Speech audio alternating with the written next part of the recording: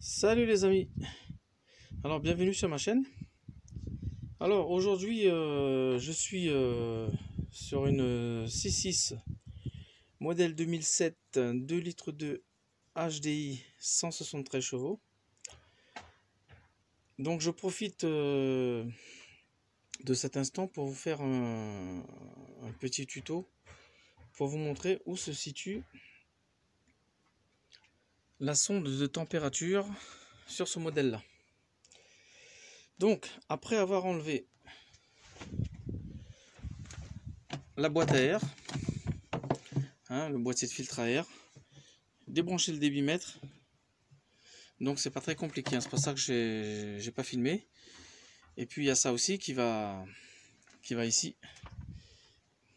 qui sort de la boîte à air et qui vient se fixer comme ça. Donc vous avez ces deux éléments là à enlever. Donc je repose. Alors les amis, la sonde de température se trouve au niveau du thermostat, ici. Là vous avez la pompe à vide. Donc cette partie là je vais la démonter, la partie de la grosse durite qui va vers l'entrée du turbo. Donc on a un collier ici, il faudra défaire pour pouvoir y avoir accès. Voilà, donc je vais défaire cette durite là. Donc voilà les amis, avec un tournevis plat on va venir défaire ici ce gros collier là.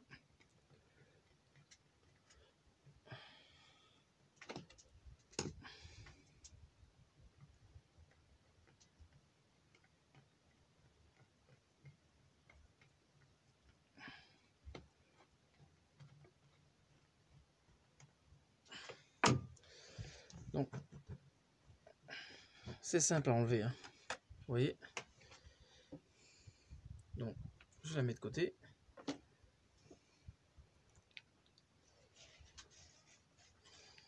Et là vous voyez, on voit un peu plus clair.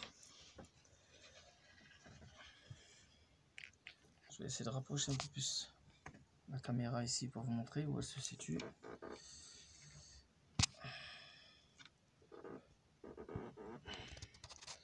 Vous voyez, elle est juste derrière. Juste derrière cette grosse durite là.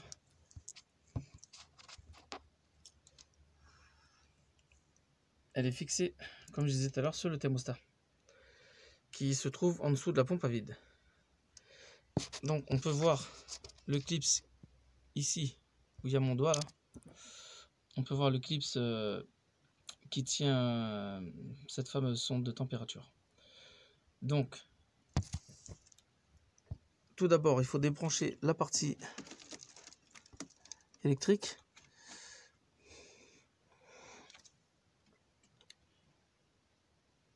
Donc il n'y a pas beaucoup de place pour voir.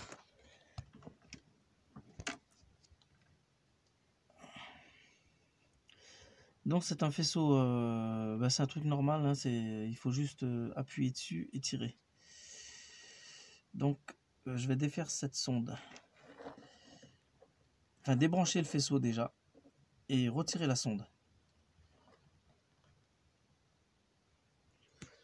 Bon alors les amis, donc pas moyen de passer la main pour essayer de défaire le faisceau derrière de la sonde. Donc je crois que je suis obligé d'enlever de défaire cette durite là. Donc là on a un clips. On va venir retirer le clips. Voilà. Je vais l'enlever carrément, vous voyez. On le pose à un endroit sûr pour pas le perdre. Et là, je vais essayer d'enlever cette durite là. Donc je l'ai enlevé, ça coule un petit peu, ce qui est normal. Donc je vais relever un peu cette durite en haut pour éviter qu'elle coule.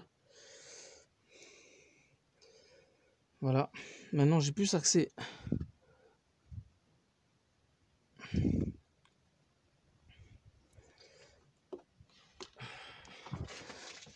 au faisceau derrière.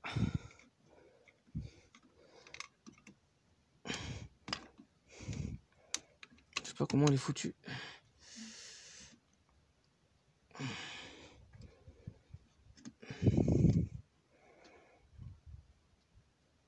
Bon, le mieux, c'est d'enlever carrément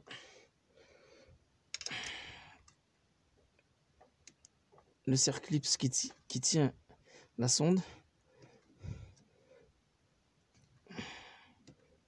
Voilà. Et après, ben, on va enlever le faisceau carrément. Hop.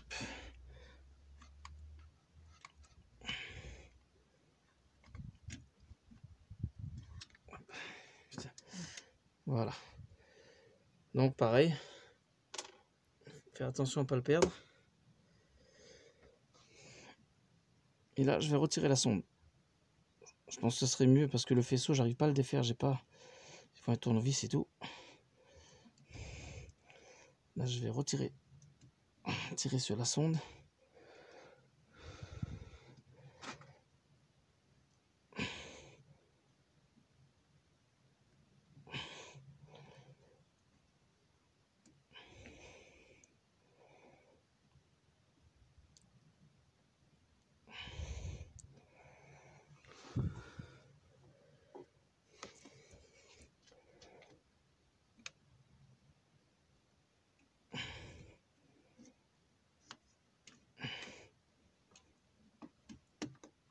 Voilà. Bon, le faisceau est sorti. Vous voyez. Par contre, la sonde, elle, pour l'enlever, c'est pas facile.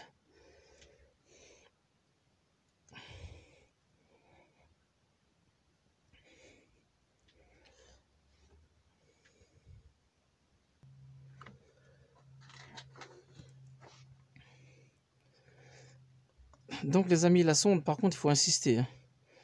Moi, j'ai pris une pince. J'ai pris une pince de ce style-là. Vous voyez. Et on se met comme ça. Et puis on pousse. On tire de ce sens comme ça. On bascule comme ça pour retirer la sonde. Voilà. Donc je vous montre cette fameuse sonde de température. Voilà. Donc, comme moi, j'ai pas de problème avec... j'ai pas de problème de chauffe ou pas de problème de déclenchement de ventilateur, quoi que ce soit. Hein. Je fais juste ce tuto pour vous montrer comment le retirer. Voilà, son emplacement et comment le retirer. Voilà. Donc, je vais le remettre à son emplacement.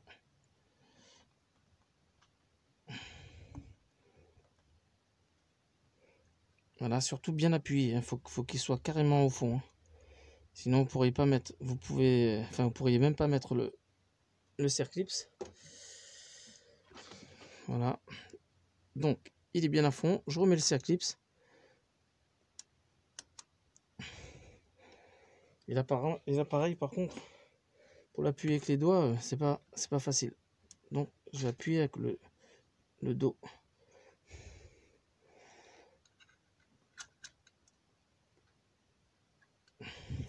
Ça ne va pas rentrer.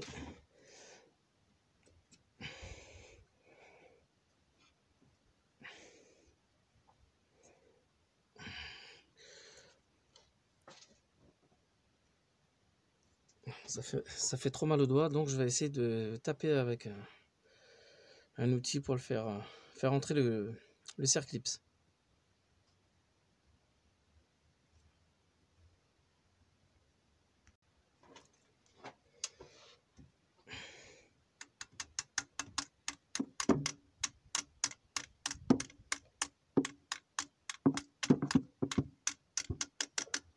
Voilà. Donc vous avez vu les amis, on tape un petit peu parce que le faire rentrer comme ça avec les doigts, c'est pas facile. Ça force un peu. Donc prenez un outil, n'importe quoi, hein, du moment que vous pouvez taper doucement sur le clips. Et vous allez voir, il va rentrer tout seul. Voilà. Donc, la sonde de température, elle a été remise. Et maintenant, surtout ne pas oublier de remettre le faisceau électrique.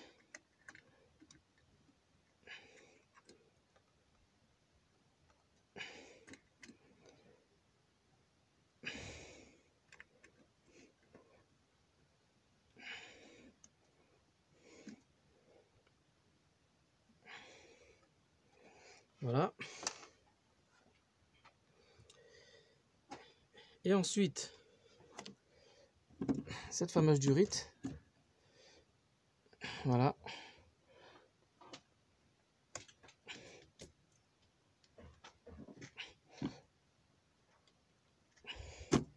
Et surtout, bien taper dessus pour qu'elle s'emboîte. Bien, et on vient remettre le Cerclipse.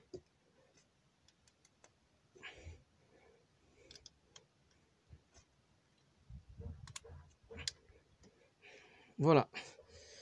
Et le tour est joué, les amis. Et ainsi de suite. Après, vous montez les éléments que vous avez retirés. Hein, le boîtier de filtre à air, le débitmètre, l'autre partie ici qui va vers l'admission du turbo. Voilà, et le tour est joué. Donc, après ça, ce que vous avez à faire, les amis,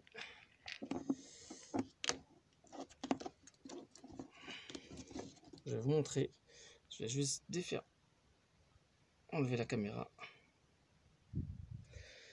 Alors, une fois que tout est monté, une fois que votre sonde, votre nouvelle sonde montée, vous, comme je disais tout à l'heure, vous remettez tous les éléments que vous avez démontés correctement. Et surtout, ne pas oublier de rebrancher ce faisceau qui va sur le débitmètre. Voilà, une fois tout ça remonté, ce que vous faites, vous démarrez votre moteur. Vous ouvrez ici votre bocal de remplissage de liquide de refroidissement.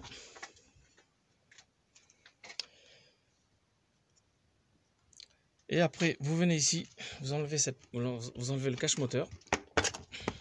Voilà.